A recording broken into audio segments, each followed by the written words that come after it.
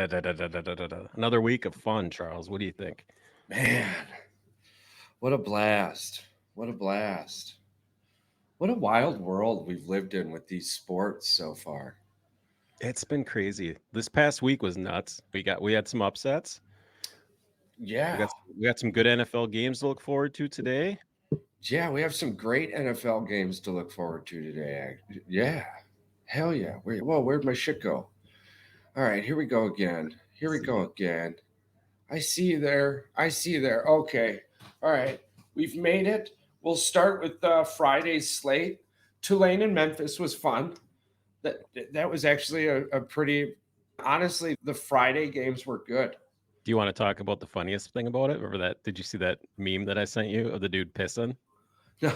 He pissed on the field. The guy for Tulane could not hold it to the locker room, and he pissed on the field, like where the media has their little tents and stuff off, like the banners. Yeah, he just pissed in the corner. How that's not indecent exposure? How does that even happen? How does it happen? Oh, my camera's fucked up again. Hell yeah. Whatever. I was scared there for a minute, man. I was like, no. We're good. All right. But anyways, I don't know how. And how does a cameraman get that angle? Dude, there is some weird shit going on with people like 16 to 24 years old. They I don't. It's not like, oh, I wish my grandparents were around so I could ask them some questions. But honestly, growing up, were we exactly how we're seeing like this group of people right now pissing on the field? That I saw one dude just stop in traffic because he wanted to dance in the middle of the road. Yeah, that's not in football, but still, like, not to go too far off topic here, but damn, dude, shit's crazy sometimes. Yeah, TikTok has really exposed a lot of that stuff. Do you think that's what it is too? Do you think it's social media? Because man, we did some dumb shit as a kid, but like, I think it's just the fact everybody's got a camera now. None of us, even with the dumb shit we did, none of us would have posted. Yeah, it is. But everything's under a watchful eye nowadays. And that's the thing. Nobody would have. You might have did that, but nobody would have believed you did that unless it was on video. Remember, it was video. On video. Yeah. Take pictures or it didn't happen. Now it's due for the vine. Yeah. Yeah. Wow, wild. Arguably the football game too. Okay, so something I am pissed off about, right? Yeah, and it's something. Where did I bring this up? Have we gone too far with gambling? And now I'm going to bring this up throughout the season because Tulane Memphis was over. Yeah. And Colorado Stanford had started. But we were forced to watch Tulane Memphis until a certain point and then got a split screen of both games because there was certain people. The betting line. Because there was people interested on the betting line of this the football game's over. I'm watching now. Why am I being forced to watch this game for bettors? That didn't sit right with me. What, like, you should be on to the next game now. Yeah, is ESPN in bed with the whole gambling thing because weren't they the ones broadcasting the game? I can't remember. I can't remember where it was. The Colorado game was on ESPN. No, I think that was. But if it's on like ABC or anything like that, it's ABC with ESPN. Well, NBC with ESPN. Well, Disney owns them all, so I guess whatever. Yeah, that's my thing. I'm sitting there and I'm like, and I'm getting the volume for the Tulane Memphis game. Yeah. While I just have to watch the pictures across the screen with the Colorado Stanford game. Now, okay, nothing really happened in the first couple of minutes this time. But in that type of game with those type of players, any 7-second play has a chance to be a big play. And I'm being forced to watch a game because people bet on Tulane Memphis. Yeah, they bet. But see, they bet on those really crazy, weird games because they're easier for people to bet large sums of money on and win more money. And even the probability of the team getting, okay, so Memphis was driving, and what were they going to do? Were they going to go kick a field goal before the time went? Because that's what made the game. Maybe that miracle touchdown play. You're talking like a sub 9% chance for this play to occur, and I'm being forced to watch it. here's the thing. If it was not a score thing, then it was a parlay thing where it was like a circumstance thing, like you Right. said. Was it a So field goal? Was it a sack? Was it an interception? A turnover on downs? All those things would scream that someone right. had a shitload of money on a parlay for something to happen. For And Tulane, someone, Memphis. yeah, exactly. Yeah. Now, we have arguably established at this point that we were forced to watch that game because of a gambling line. Even the commentators laughing about it without saying anything about it was pissing me off. So why do we have all these rules against sports gambling? And why do we have states where you cannot sports gamble, but at this point national television is forcing it down your throat? Yeah, in the advertising, for sure, In 100%. the advertising, through my phone, through the shit I'm looking through. Yeah, I think If it is what it yeah. is, but we need to stop punishing people for sports gambling then, Well, if you this wanna is the world we're living in. if you wanna save this, I would save this for when we go on with Paul and Mike, because I think they have a very large opinion on this as well. I think Yeah. we're really gonna dive in with them on this. Absolutely, because We both feel very strongly about the I fact do. that the kids should be able to gamble if they're allowed to get NIL money and all this other shit At based this off of, they should point be able to have an opinion, yeah. at this point, you are, yeah, absolutely. So that's what kind of, and then what Is led that me. is that what Well, grinds your gears in the opposite no, direction? no, we've already gave one this week. I've got a couple bangers for next All week. right, I'm not all right. sure. I'm not sure which one we're going to drop on Monday yet. Yeah, that'll be coming on Monday. But okay, so now then, it's already late for me. It's even later for East Coast people. Yeah, it was late. You're talking what, about 20 after 10 by the time the game got on. Yeah. And the moment the game gets on, the very first thing I hear is, and the camera pans to, like, Deion Sanders the whole game, the Kardashians of football. Here we are again. And I'm like, you know what? I just can't take this right now. And I go to Yeah, bed. what's up with them trying to tag his, like, facial expressions all the time? I don't understand that. There's some weird thing with that. Like Bro, you said, the I Kardashians, knew it's I really knew more strange. about his 24 karat plated headset than I did about any Stanford player on the team. Now, Dude, his son's getting burned right now for what happened at halftime. His Instagram went live with merch when they were up 29-zip. He's getting yeah. burnt bad. Wow. Yeah, I don't know if you read any of that, but No, that's part of what you're saying right now is that they were flexing the whole game, like, up until that point. Did you see the halftime interview? If you get a chance, listen to Sanders at halftime. They interview him at halftime, and he is, like, gloating. He is, yeah, we good, we balling. yeah, I The did guys, the catch his boys are out there post-game playing deep. interview, Yeah. and it was it, and Oh, he threw everybody under the he bus. threw He threw that. everybody under the bus. I mean, Yeah. he's talking about how he ain't got no dogs, they ain't ready to Yeah. win. None of that. And I'm like, man, Dude, he brought in all of these players. These are all his dogs. there's a lot going Yeah. on in that world right now. And what's crazy to me about that is did they drink their own Kool-Aid? I think so. Did they drink their own Kool-Aid? Hey. How do you not know who you are? Here's a hot take. This is one I think that you're going to sit there and you're going to giggle and you're going to laugh. This is what happened. They went in that locker room at halftime and they freaking mixed themselves up a giant fucking tub of that fucking tropical punch Kool-Aid, and they fucking doused all their egos inside of it, and they fucking drank that shit right to the fucking moon. And guess what happened in the second half? They came out fucking love drunk on that fucking Kool-Aid, and they fucking laid it. Michigan starts the game 134 yards for them, and it was negative 8 yards for us. Yeah, was it 164 for them? It was like 160 to, like, I think 4 when they finally got a positive play. Yeah. But But then we scored 52 points on the next 8 possessions. So there's that. That's because that's a team that doesn't in this scenario now, they should. That's coaching. They should not have beat ASU, to be honest with you. And this game may have knocked Colorado out of bowl contention, which is crazy to think in the Pac-12. They might not even win another game. That might have been the game. That was probably the easiest game left on their schedule. Yeah. Because, dude, Arizona, look what Arizona just did. Yeah. They waxed Washington State 44-6 or 44-8. Arizona did. Oh, yeah. Arizona, they don't. on the road. Yeah. So they won their first. So they've won 4 games, though. So they went over the 3.5 mark. But that should have been an easy bet, though. So so they got UCLA, Oregon State, Arizona, Washington State, and Utah. Yeah, I don't see them winning another game. Yeah, I want to know why it was 3.5 when that wasn't even the same Colorado team. I feel like that was a scam. Something that was Jacksonville State in Colorado uniforms. Yeah, that's how many of those players he brought over. He brought over 18.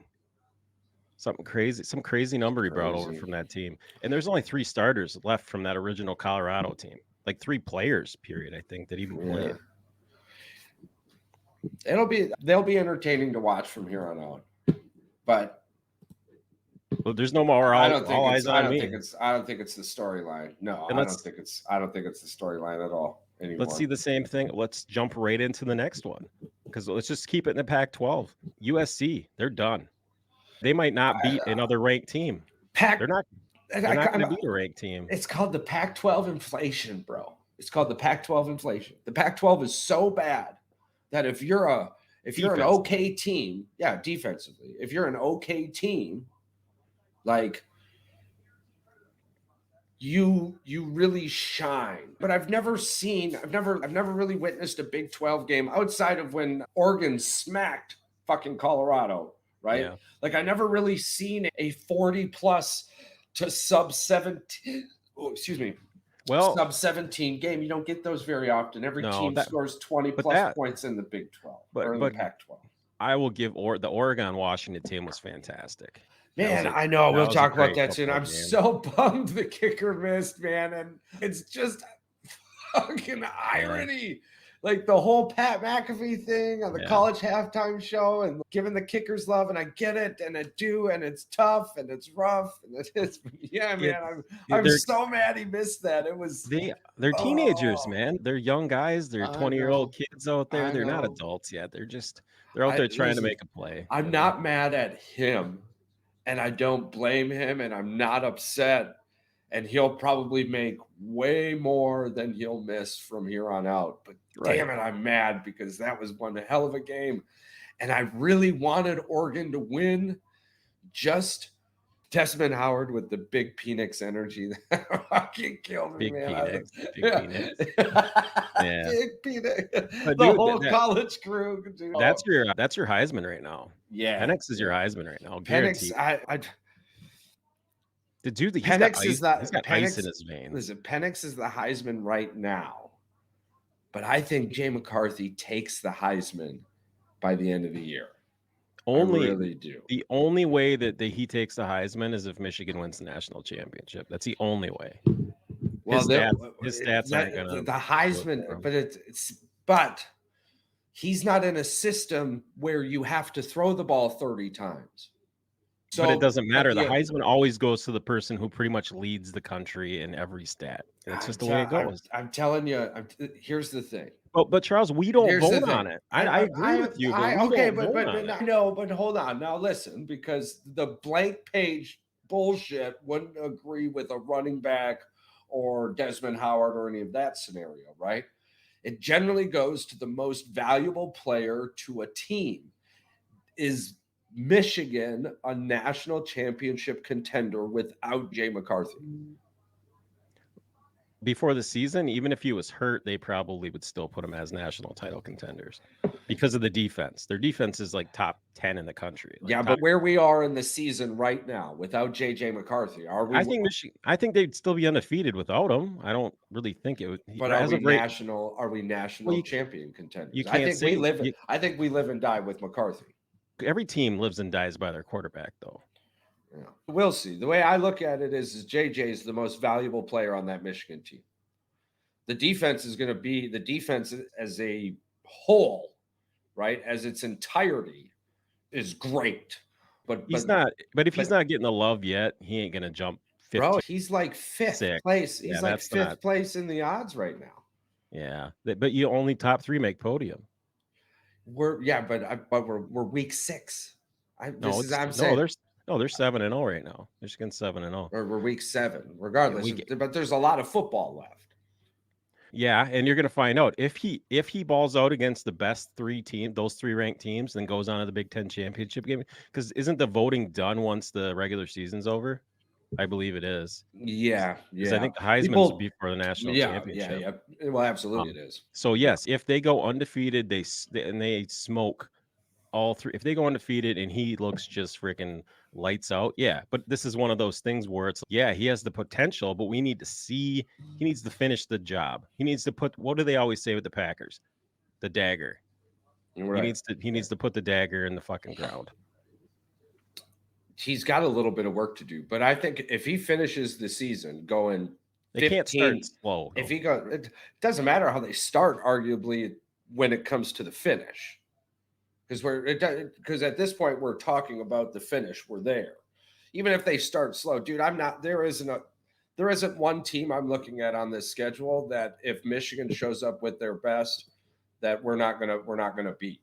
Penn State's coach likes to talk about something along the lines of, "Oh, they haven't played anybody yet." Did you see Joe Klatt? Did you hear Joe Klatt's? What's Joe say? Did you hear Joe Klatt? They said that. They go, the coach Franklin goes, yeah. He goes, we can't all play cupcakes like Michigan. And Joe Klatt goes, dude, you're playing UMass this week. Right. And to even further the point, they've played West Virginia, Delaware, Illinois, Iowa, Northwestern, and UMass. A Delaware team that a few years ago gave up like 90 some points in a game. And they beat Delaware 63-7. Yeah, they just beat UMass 63-0. Like hey, did you? I actually posted on this. Illinois almost had 400 yards worth of offense versus that defense. Yeah. Oh yeah. Come on, yeah. Dude. If you could do anything at all, you could score on Penn State's defense. Ohio State and Penn State's going to be a good game. It's going to be a good game coming up. We're going to find out. Yeah, we're going to find out how good they are. The offenses are like a cripple fight. Yeah. The defenses are going to do well, but I think Ohio State's going to come out on top of that one. Ohio State can throw the ball, but Ohio State's their running game this year is mediocre at best. Man, absolutely. I don't understand. And the thing is that Ohio State has been able to throw the ball against okay defenses. They have not been able to throw the ball against hungry defenses. Maryland's defense in the first half was hungry, and it took halfway through the third quarter and the fourth quarter for that game to get out of control. You said it before.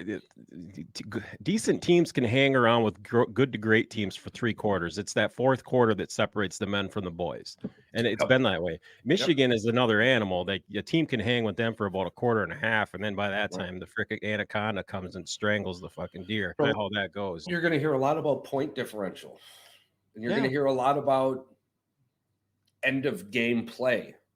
But this entire season, we've only seen our first squad out there for 26 snaps on the defense. I'm talking 26 snaps. That's what they average per game on the defense in the 70-some snap fucking game. That's because they play 24 guys on defense. Right. That's crazy. That's crazy. And they go, oh my God, Charles, you missed it. They go, oh yeah, Penn State plays 14.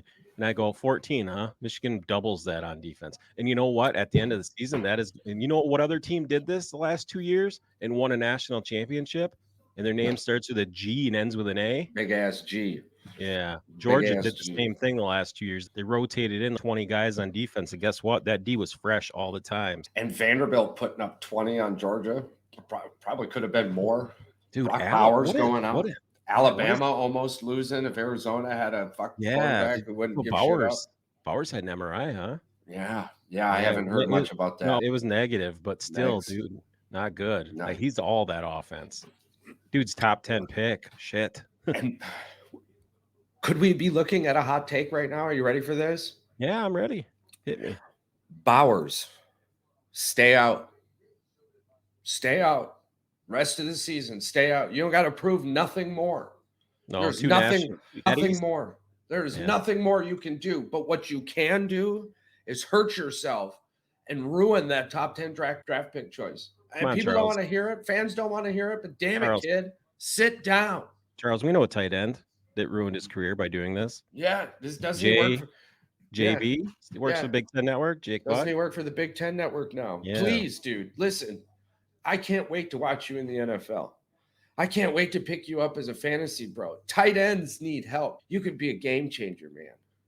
I doubt you're listening right now, but maybe somebody down in Louisiana who knows somebody that you know who knows somebody who's, yo, man, these guys are like, hey, you should not play. Sit out. Please. That's a shitty thing. Yeah.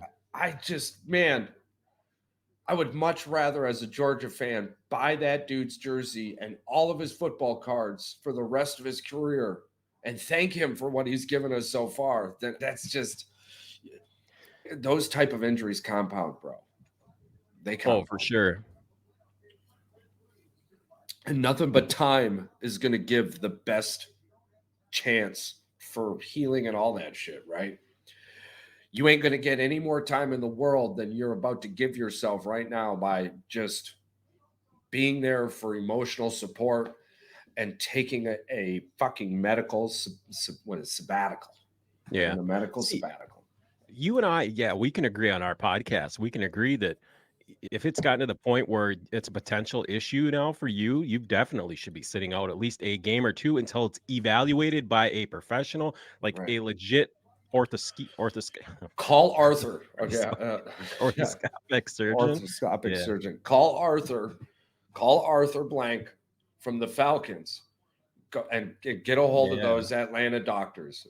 The schools have that pull. Somebody knows somebody. Get a hold of those Atlanta doctors. Yeah, somebody knows somebody. And just get cleared. Because you're going to do great. You're going to be great. And you're going to do great things in the NFL. So don't let pride fuck your career up. Oh, you know what it is? My advice. It's the trifecta thing. Oh, win the third natty. Dude, not at the risk of your NFL career and the potential for you to supply money and financial services for your family for the rest of your life. Absolutely not. It's not worth it. No. I would say the same thing if it was a Michigan player. I tried to say the same thing to Blake Corum. I think arguably he made the best decision just because of the draft.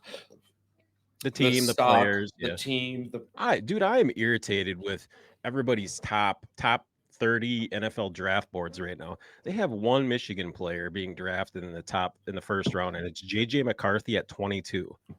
And they've got Travion Henderson, who hasn't looked like a fucking first round pick the entire season for Ohio State. Come on. I do understand the two Ohio State wide receivers going in the top 10. They are elite. They're so good. They're so good. Marvin Harrison Jr. is just a fucking freak. He's so good. He's so good. It's just, it's being a Michigan fan. I can admit when a player is good, but what I don't like is the fact there are offensive linemen on there that weren't even on the Remington watch list last year and are going in the top 20. And like, it just makes no sense to me. The guy, Joe Alt from Notre Dame, is a very good offensive lineman. He should probably be the best offensive lineman in the draft, but it's Notre Dame and he probably won't. No. Yeah. My only finger crossed moments with that is that becomes true. Yeah.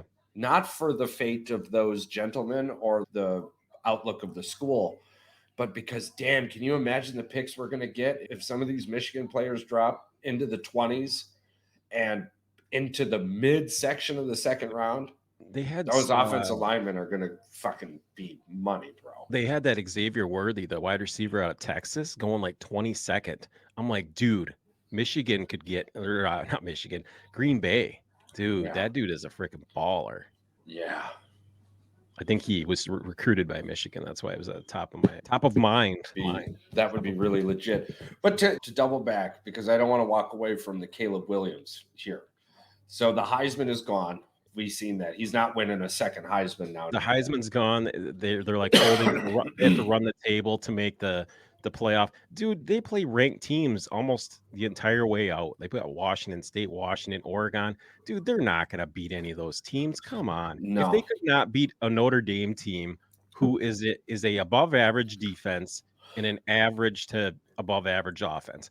Notre Dame is a top 15, 17 team. Yeah. When the season's over, they're top 15, top 17 max. They're not going to be a top 12, top 10 team. They're going to lose another game that they shouldn't lose. They're probably going to lose to Pitt on the fucking road or whatever it is. Can you imagine how different the story would be, though? Had they won that Ohio State game. Had they put 11 players on the field.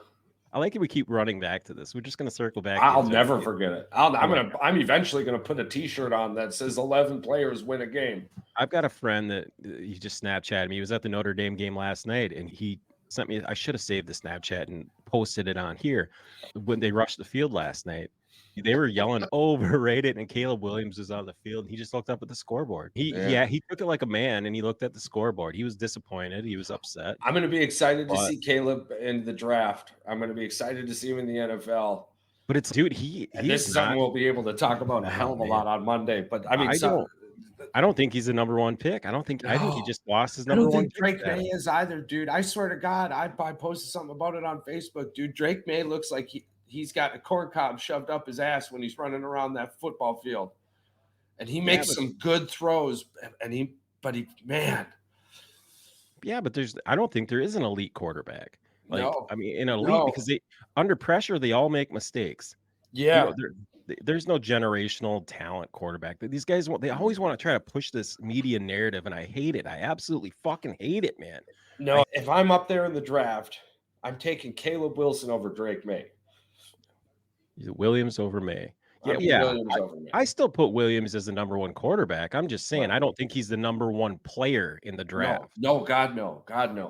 I would. But if you were, I would rather But if you need a quarterback, he's the number one. If I already had a quarterback, offensive line and defensive line. Right. But I'm in this scenario, Carolina or something. Who goes to Chicago? Chicago might end up. I'm telling you, fucking Bowers might end up in that top 3 category, just because of who's picking. It's going to depend on what they need. It's all about needs. Yeah. It's a need basis. Yeah, I think if it's not the tight end, then it'll be a defensive. It'll be a DT or a middle linebacker. Man, there's some stout middle linebackers. Who was I watching? It's this 200-pound little just wrecking ball, dude. Who was it? It was. Fuck, I don't know. I can't remember where he played.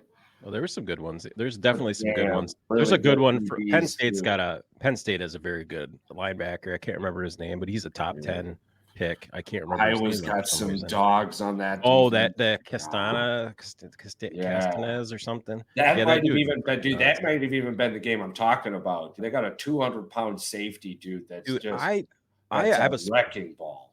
I live in Wisconsin. I live in a split household where Mandy loves the Badgers and I'm a Michigan fan, diehard. But when Michigan and the Badgers don't play that season, I'm a Badger fan when the Badgers are playing because, hey, I don't care if they play Michigan in the Big Ten championship.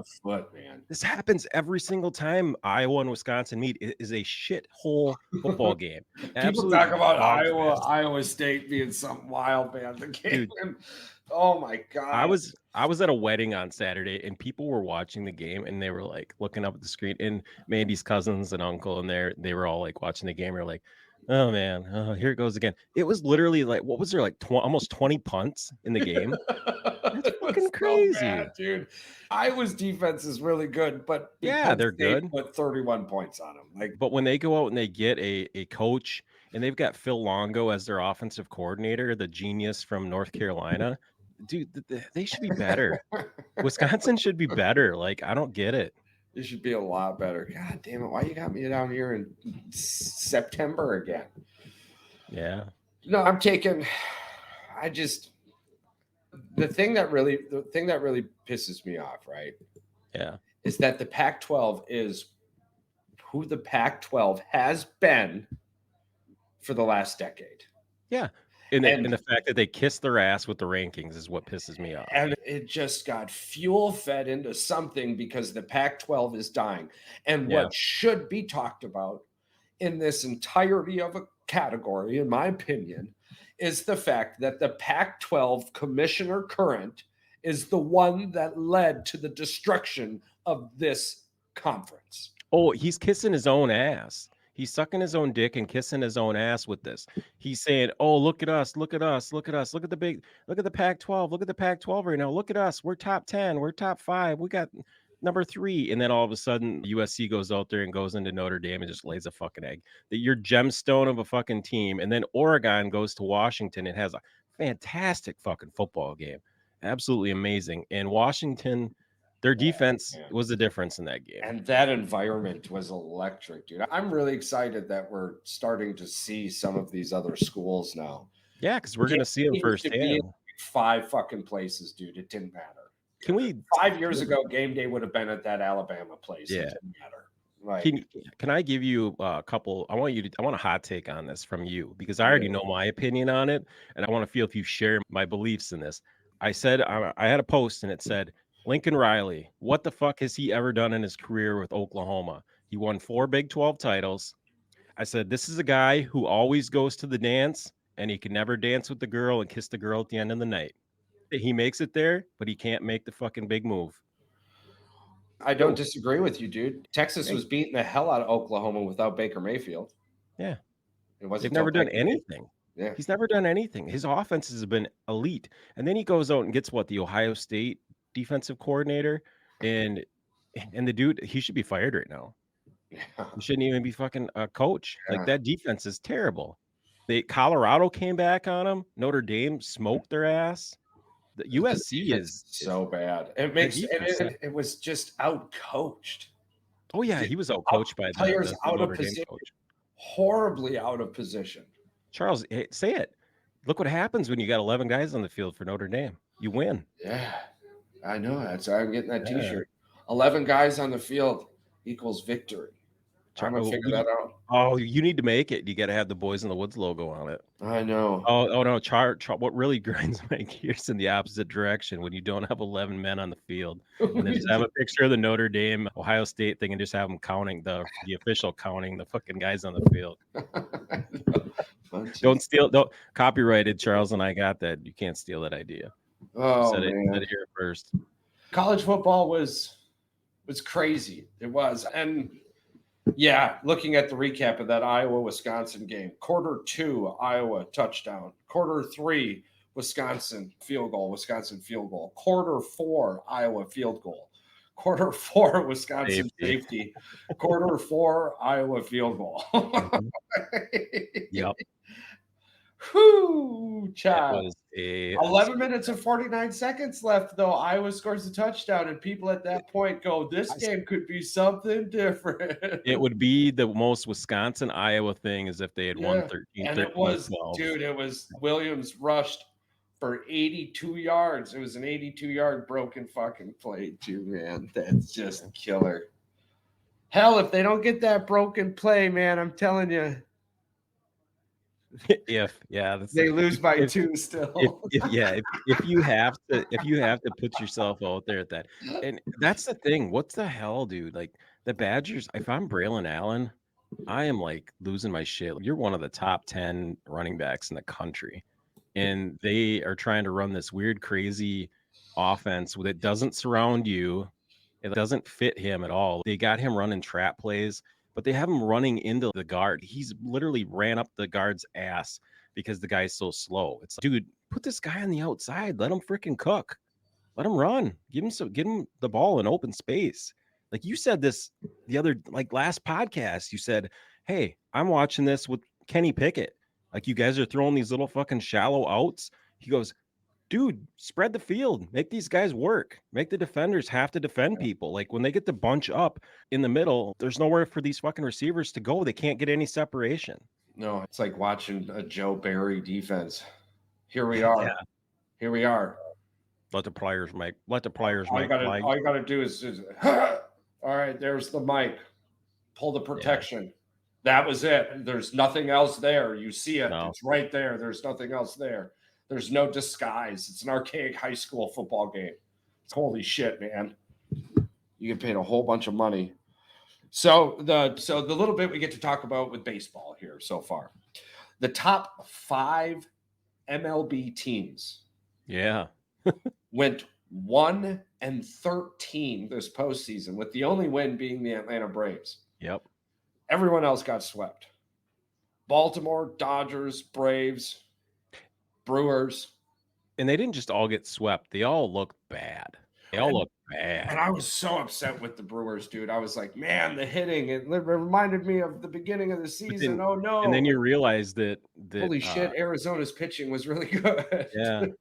The Brewers looked the best. Of all the teams in the playoffs, the Brewers looked the best against them. They had a 3-1 lead. 3-0, 4-0, they were up. If the Brewers pitching could have been there. Sustained it, yeah. and you want to find something. And arguably it was their players were better that day than ours. You can't even yell at the coach, because who's going to take their starter out at the beginning of the 4th inning when you've got arguably two of the best starters outside? Freddie Peralta could be an ace anywhere else. Two of the best starters left in postseason. Why are you taking them out in inning 4? Can you imagine that? Let's say we just lose those games anyways, but you took them out in inning 4. Now you are their players play better, and it showed against the Dodgers. Holy shit, it showed against the Dodgers. What's funny is they were on a 4-game losing streak coming into Milwaukee. They weren't hot coming in. No. They got hot versus the Brewers. It made me so mad, because I thought for sure we were going to be playing Chicago or Miami. I thought we were playing Chicago and Miami. They were sitting up there fine. They had the wild card. They were fine. Like 2 weeks left of the season, they were fine, basically. You want to know the one that hurts my feelings the most? Man, we would have wrecked Chicago or Cincinnati. Man, I was really bummed when the Baltimore Orioles got knocked out. I really wanted to see that young team. Who the fuck wants to watch the Texas Rangers? Fuck me. I hope they don't make the freaking World Series. I'm not a Texas Rangers fan. You got Texas or Houston. Yeah. If I have to pick one, I guess I'm picking Houston. Who's got the most former Tiger players? Houston. Houston? Yeah. With Verlander. I think there's 2, yeah. Yeah, all right. Who from the NL? I guess I really like watching the Phillies play baseball. I like watching the Phillies, but I met Corbin. I'd love to see Arizona in it. I met Carol's dad, dude. I've got to pull for Arizona. Nick Castellanos is doing some pretty crazy things, but that's just it's Philly. Yeah, it's Philly. Just Philly. So the Philly just has the Braves number. That's 2 years in a row they swept them, not swept them, but knocked them out. Yeah. You got Zach Gallen going on the mound for Arizona. Gallen, I didn't watch him. I watched. Wow, what's up with my dude? Holy shit! What's up? Oh my god! Flexing? Are you flexing, bro? I gotta hide these guns. I was going to be going shooting with the father-in-law today, and then the podcast popped up. Should you get the watch and start? You should start flexing your watch. Yeah, there you go, dude. Hold on. Yeah. Come on, give him one. I got my birthday watch. Hold on, I gotta shake it to start it. Yeah. Doesn't have a battery, but if it sits for too long, it stops working. Yeah, come on, you gotta have your flex. That'll be the Instagram fucking there it is. Right there. Ready? Check this out. Yeah. I'll try to find that somewhere. Yeah, minute 14 seconds. Yeah. I don't get that either. I really don't get that either. Hopefully we don't see that the rest of the season. Hopefully we'll see it forever. It's the thing now. They're calling it the Shador. I'm telling you, dude, it's the Kardashians of college football, bro. The shit is. I like that offensive Kool-Aid, bro. I like that offensive lineman did it back though. Still Stanford. Yeah, Stanford. So Connor Bernard starts in the NHL. The NHL has actually been pretty amazing starting off, dude. I just want to throw this number out there before we jump into anything crazy, because we'll start wrapping up. Football's about to start. Actually, if you want to pull it up too, we'll do a small little pick-em. NFL. God damn. Schedule. But anyways, so Connor Bernard was cool. Connor McDavid here. Ooh, the Ravens right now are smoking the Titans 24-13. Hey, man, since you called them out and you called up Flowers and all them guys, they've been playing. I'm glad they learned how to catch the ball. That was super significant. It may have something to do with the fact that they're no longer using the rugby ball, from my understanding. People really like your take on the Kenny Pickett thing. That got like 3,000 views on YouTube pretty quick too, like within a day or so. People were all about it. They agree. And like I said, we get a lot more things right than we get wrong in our hot takes usually. Just call it how you see it. I've noticed common sense with critical thinking goes a Charles long way. Flowers did catch his first touchdown pass today. You called it. He dropped what? 200. You said he dropped 200 yards versus the receptions and then 2 TDs. So guess what? He's got one today. He's got one today. My brother's probably just ecstatic.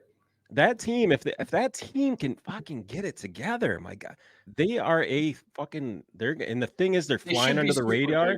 They should be super dangerous. Yes, and when Baltimore flies under the radar, it's never good for anybody in the AFC. You're not going to want to go to Baltimore or see Baltimore in the playoffs. In the playoffs, no. Especially if they start clicking. Especially when they start clicking. No, they're well coached, they're disciplined, and if they can figure it out on offense, that defense can always hold their own. So, but I do back to the NHL real quick. Yep, go ahead. I've got a Wayne Gretzky watch alert. Oh, nice. A Wayne Gretzky watch alert coming. Entering his 9th season, coming off of a 153.8th season. Oh yeah, I saw the Wayne Gretzky thing. It was like 834 goals to 1. I'm like, they're not putting any pressure on this kid at all, are they? Yeah. But Connor McDavid is 150 points away, entering his 9th season from 1,000 career points. Connor McDavid is nuts. That dude is a beast. And unless Connor Bernard starts throwing some shit at that net faster than he's been, they're gonna wean him in because he needs to get physically bigger. He's going to be on that, I think, second or third line, and he's going to be. Chicago is projected to win the Stanley Cup in 2031 or 2032. How the fuck do you do a futures 7 years out, 8 years in advance? Bro, Detroit is picked to win the Stanley Cup in 2029. You've got to get me these websites. I gotta fucking look into this shit. This is wild. So these are some betting futures. Fucking did you go back to the future and get the fucking heard it here first. Sports Almanac? Detroit Red Wings are winning the Stanley Cup in 2029. All right? You hear it here first. Charles has a Sports Almanac from 2031.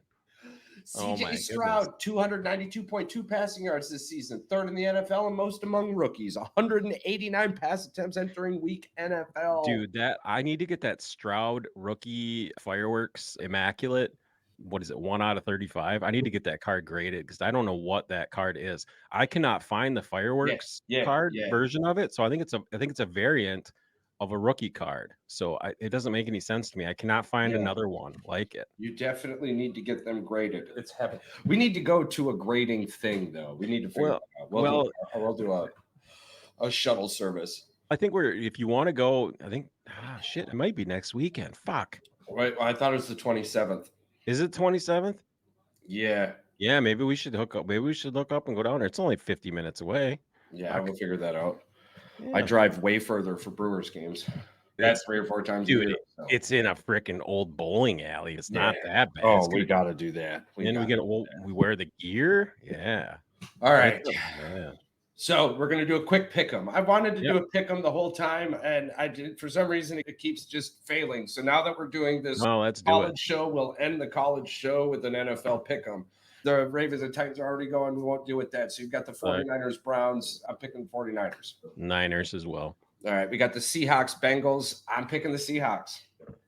Yeah, I don't believe that Burrow is going to have all of his weapons. So I'm going to say the Seahawks are going to sneak one out on Burrow this week as well. I like the Seahawks defense more than the Bengals defense. And I also like the Seahawks to cover the over in that game. It's 45.5. So we've got the Saints Texans. I'm going with the Texans on this one. I'm going with CJ Stroud and the Texans. I don't think the Saints have enough offense to deal with what CJ can put up right now. All right, this is going to be the first one that we disagree on. I believe that this is going to be the game that Alvin Kamara comes out and has a hundo on the ground, and he's going to see the end zone twice, and the Saints are going to squeak one out by 3. Ooh. So the Commanders Falcons. I'm going to take the Falcons on this one. I think the Falcons are a much better team than the Commanders. Yeah, I got to agree with you there. The Falcons defense is definitely better. Robinson is a beast on the ground. The Commanders are so inconsistent. Howell is a 6 touchdown, 6 interception guy at 1349 through the air. They're just not consistent enough to beat the Falcons. So yeah, Falcons. And then Falcons will cover that 1.5. And then we've got the cripple fight, Vikings versus the Bears. I'm taking the Bears, actually. I'm taking the Bears in this one. Yeah, I gotta agree with you there. The fact that Minnesota doesn't have Jefferson, I think Addison is also as well hurt. Who are the Vikings going to lead on it? It's not going to be Madison. That No running more game can Dalvin only do Cook. so much. And Yeah. like you said, one of the hottest quarterbacks in the NFL right now is Justin Fields. So he could be the exact reason we don't see a quarterback taken in this upcoming NFL draft until pick 4 or 5. yeah, actually. for sure. Absolutely. That's what you said. Yeah. So then we've got the Colts Jaguars. We've got the Chew versus what's his face down there? Trevor Lawrence. Trevor T. Lawrence. T. Lawrence.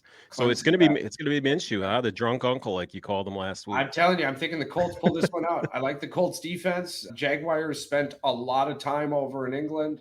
They are now back at stateside. I think there's going to be a little belly rub in that one. I think Gardner Minshew and Joshua Downs connect for 2 touchdowns in this game also. I believe now that Jonathan Taylor is actually back in full swing, I think that the Colts running game should get going, and Minshew is going to do more than enough as a serviceable backup to win this game for the Colts as well. And I see the Colts covering that 4 points in Jacksonville as well. You got the Panthers Dolphins. I don't even know why you would pick against the Dolphins in this one. I don't see Bryce Young's outlook being any better. He's going to throw at least 2 interceptions this game. Miami's defense is bad, and Adam Thielen's going to get his points. But and the sad thing is, it's a 14-point line there for Miami, and I don't even see Carolina even coming close to covering that. No, they might be. It was 14.5, but the rookie running back went out, so it dropped it down a half point.